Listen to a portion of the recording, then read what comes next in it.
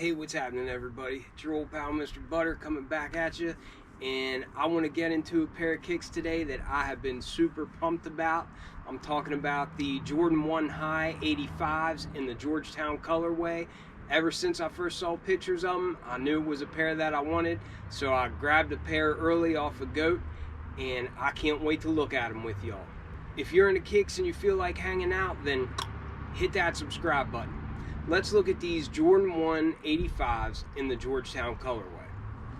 Okay, so like always, I like to start with the box, and as you can tell, this one is just kind of the reverse of what we have for our standard Jordan 1 boxes. The box is actually red with black Nike branding on it, as opposed to being a darker box with red Nike branding on it. So it's just kind of the reverse of your standard Jordan 1.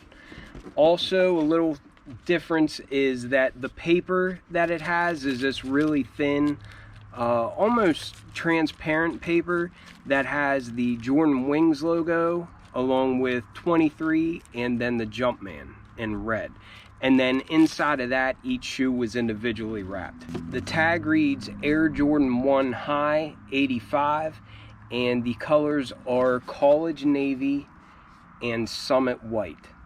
This is a size 10. Retail price on this is going to be $200 US, and I got these for $370 from Goat. Here they are, the Jordan 1 High in the 85 cut in the Georgetown colorway. And obviously, I love this silhouette. The 85 means that they made it as close to the originals from back in the day as they possibly could.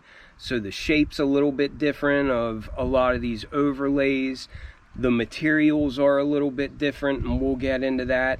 And then there's just some really small changes. I mean, they've stayed pretty true to the originals with modern Jordans, and if I have time, I'll even show you some of them. One thing that they gave us is this this tag that comes on all Jordan 1 85s, and that of course is the man Michael Jordan himself with the Chicago skyline in the background. And this image is actually where they get the Jumpman logo from.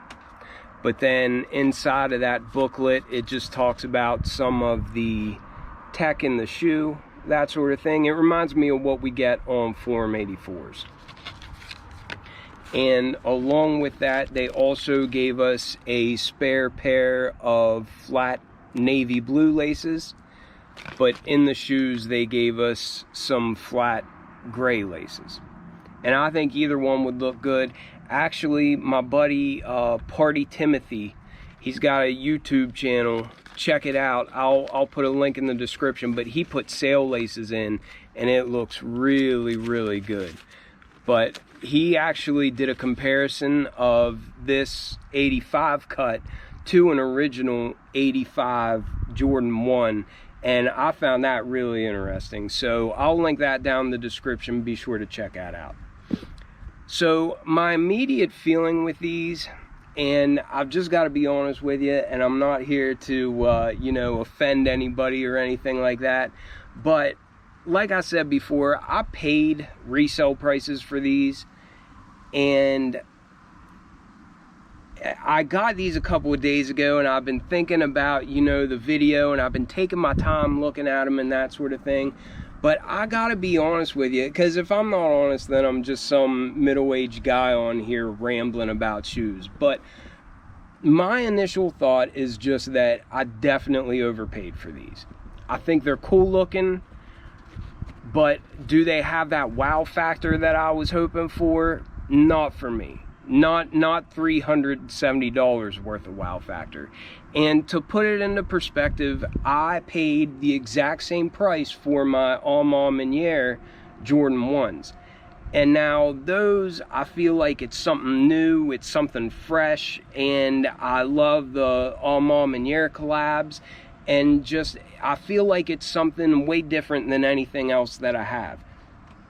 Those I don't regret paying the $370 for. These, I just don't think it wasn't a wise use of my money. And I'm not saying that anybody that buys these for resale is making a bad decision or anything. I'm simply sharing my opinion with you. I just feel like this color blocking and everything, and maybe it's just that we're kind of desensitized to like Jordan 1s now. I think maybe that's it. Maybe we're just oversaturated with how many options of Jordan 1s we've been getting, and it just, I'm not as pumped about these as what I was hoping to be. And I hate to tell you all that, but I'm not gonna lie to you. This is not something that I feel like I have to keep in the collection. Now, will I go for these whenever they drop for retail? Absolutely. Would I keep these at $200? Absolutely. But am I gonna sink that much of an investment to them and not recoup that money? Absolutely not. No, this to me, I like them a lot, and I don't want to take away from that. However, I overpaid for these, and that's the bottom line too. For me personally, these are not worth double that retail price. But anyhow, enough of the rant. Let's get on with the review. So you can tell that it's got a pretty standard Jordan 1 outsole compared to modern Jordans. But if you look at it next to a modern Jordan, you can see some things differ. Mainly that I noticed is the texture that we have on modern Jordans we don't have on the 85 cut.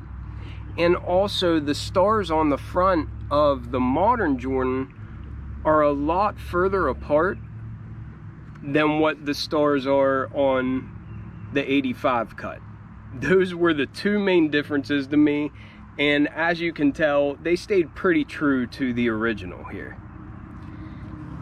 Then wrapping up to the midsole, again, you can see that the texture is just a little bit different. It just has a different look to it, but if you feel it, this 85 cut feels like an outdoor basketball. It feels a lot more grippy and a lot more rubbery, if that makes any sense.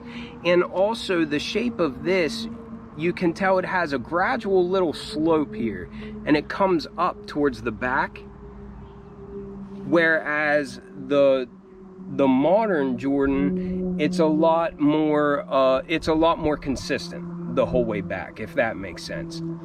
Then one other difference I noticed is stitching. Like areas like right here, if you'll notice on the 85, it's got this curve right there. Whereas that same panel on modern Jordans, it's just straight across. And also, if you look at them side by side, you can tell the panels are actually shaped different.